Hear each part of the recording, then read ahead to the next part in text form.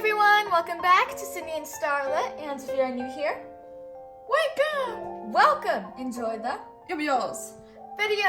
So today, me and Sydney are going to be reading a little golden book classic, Walt Disney's Cinderella. So let's get started.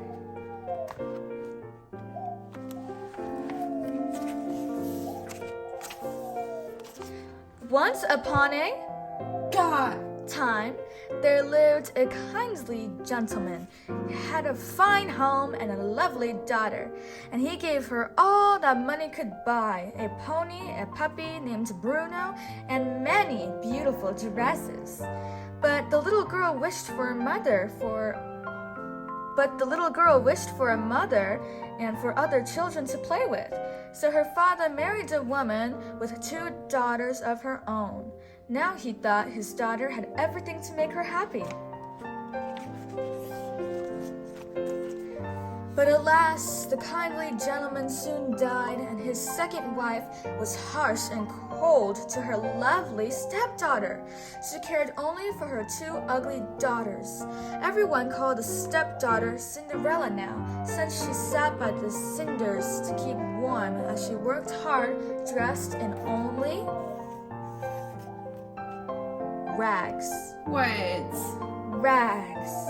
But Cinderella was not sad. She made friends with the birds who flew to her windowsill, and her best friends of all were, guess who? The mice. The mice lived in the attic with Cinderella. She made little clothes for them and gave them all names, and they thought Cinderella was the sweetest girl in the world. Every morning, Cinderella woke from her dreams and went right to work. Out back, she set a bowl of milk for the stepmother's disagreeable cat, who watched for his chance to catch the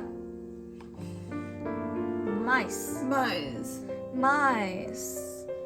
She fed grain to the chickens and ducks and geese, and Cinderella gave some grain to the mice.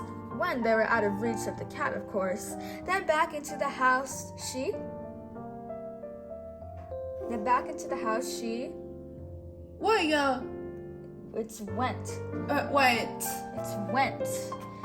house she went.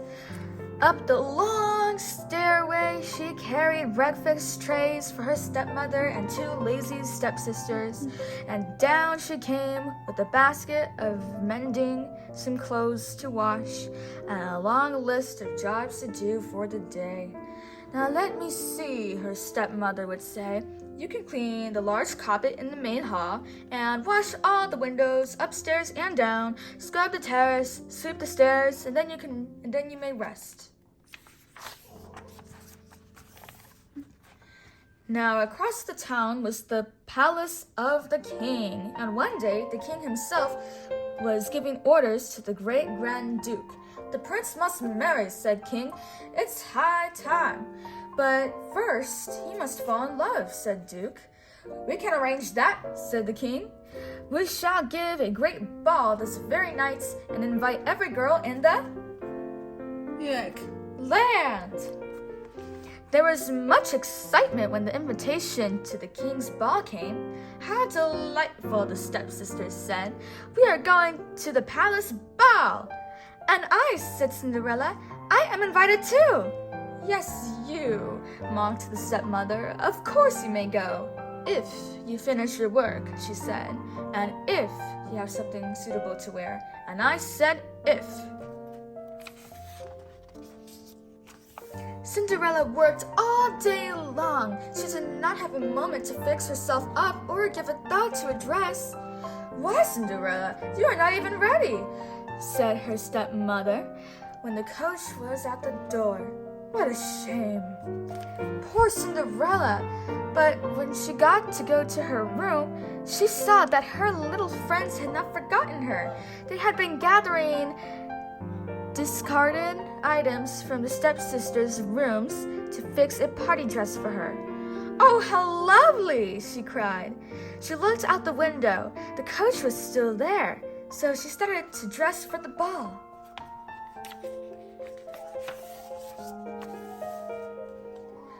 Cinderella cried. I am coming too. The stepmother and her daughters all turned at the sound of Cinderella's voice. My beads, cried one stepsister, and my ribbon, cried the other. And those bows, you thief, those are mine. So they ripped and they tore at the dress until Cinderella was in rags once more. And then they pranced off to the ball. Can you say ball? Ball. Ball. Ball doesn't just mean like a bouncy ball. A ball also means a big grand place where everybody dances.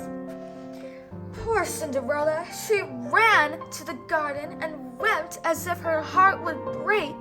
But soon she felt someone beside her. She looked up, and through her tears she saw a sweet-faced little woman. Oh, said Cinderella, good evening. Who are you? I am your fairy godmother, said the woman. Now dry your tears. You can't go to the ball looking like that. Let's see now. The first thing you will need is a pumpkin, the fairy godmother said. Cinderella was confused, but she brought over a pumpkin. The fairy godmother said some magic words. Slowly, the pumpkin turned into a fancy coach. What we need next are some fine big mice. At the touch of the wand, Cinderella's little friends turned into handsome horses. Then the old horse became a fine coachman, and Bruno the dog turned into a footman. There, said the fairy godmother. Now hop in, child. The magic only lasts till midnight. But my dress! Cinderella looked at her rags. Of course you can't go in that, laughed the fairy godmother. The wand waved again, and there stood Cinderella in the most beautiful gown in the world, and tiny slippers of Gold. glass. Yes. Glass. The princess' ball was underway. Soon as Cinderella appeared in the doorway, the prince walked over and asked her to dance. The king motioned the musicians, and they struck up a dreamy waltz. The prince and Cinderella swirled across the dance floor, and the king went happily off to bed.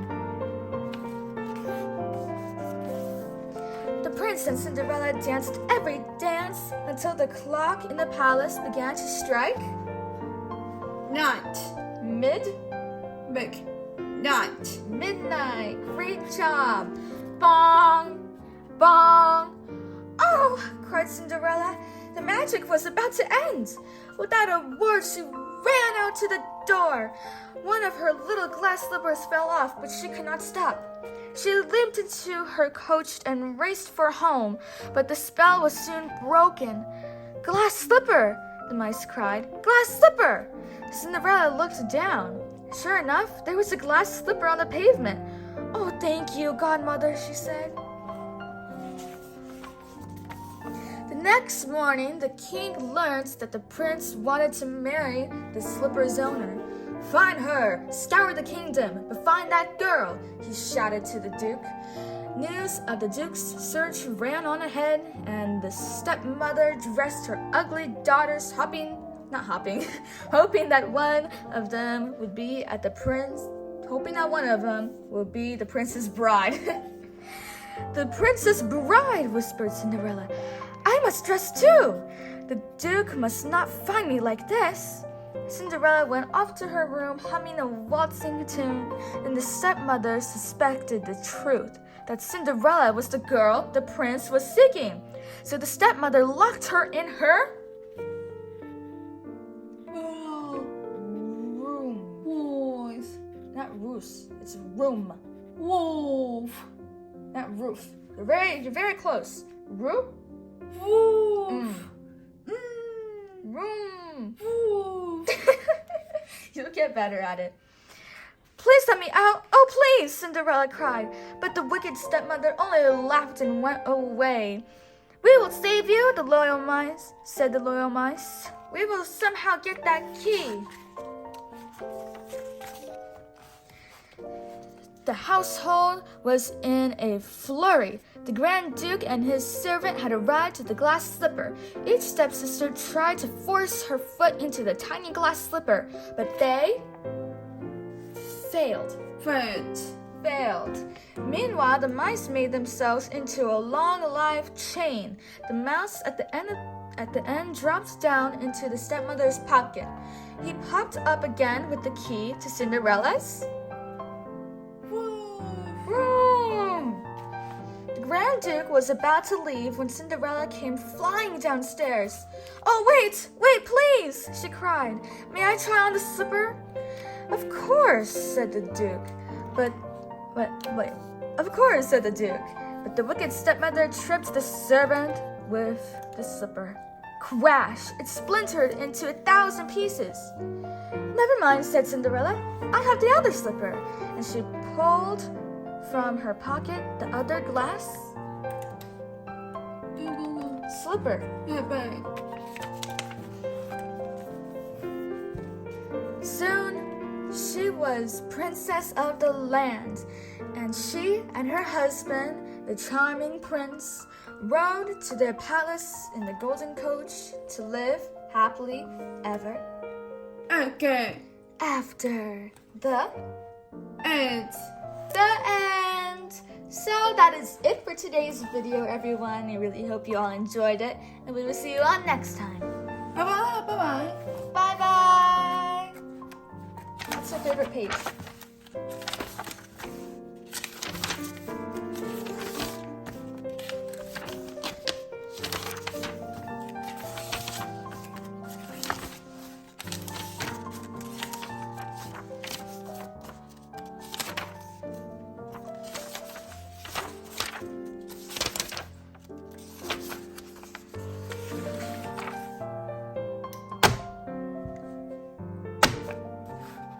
Who's your favorite character?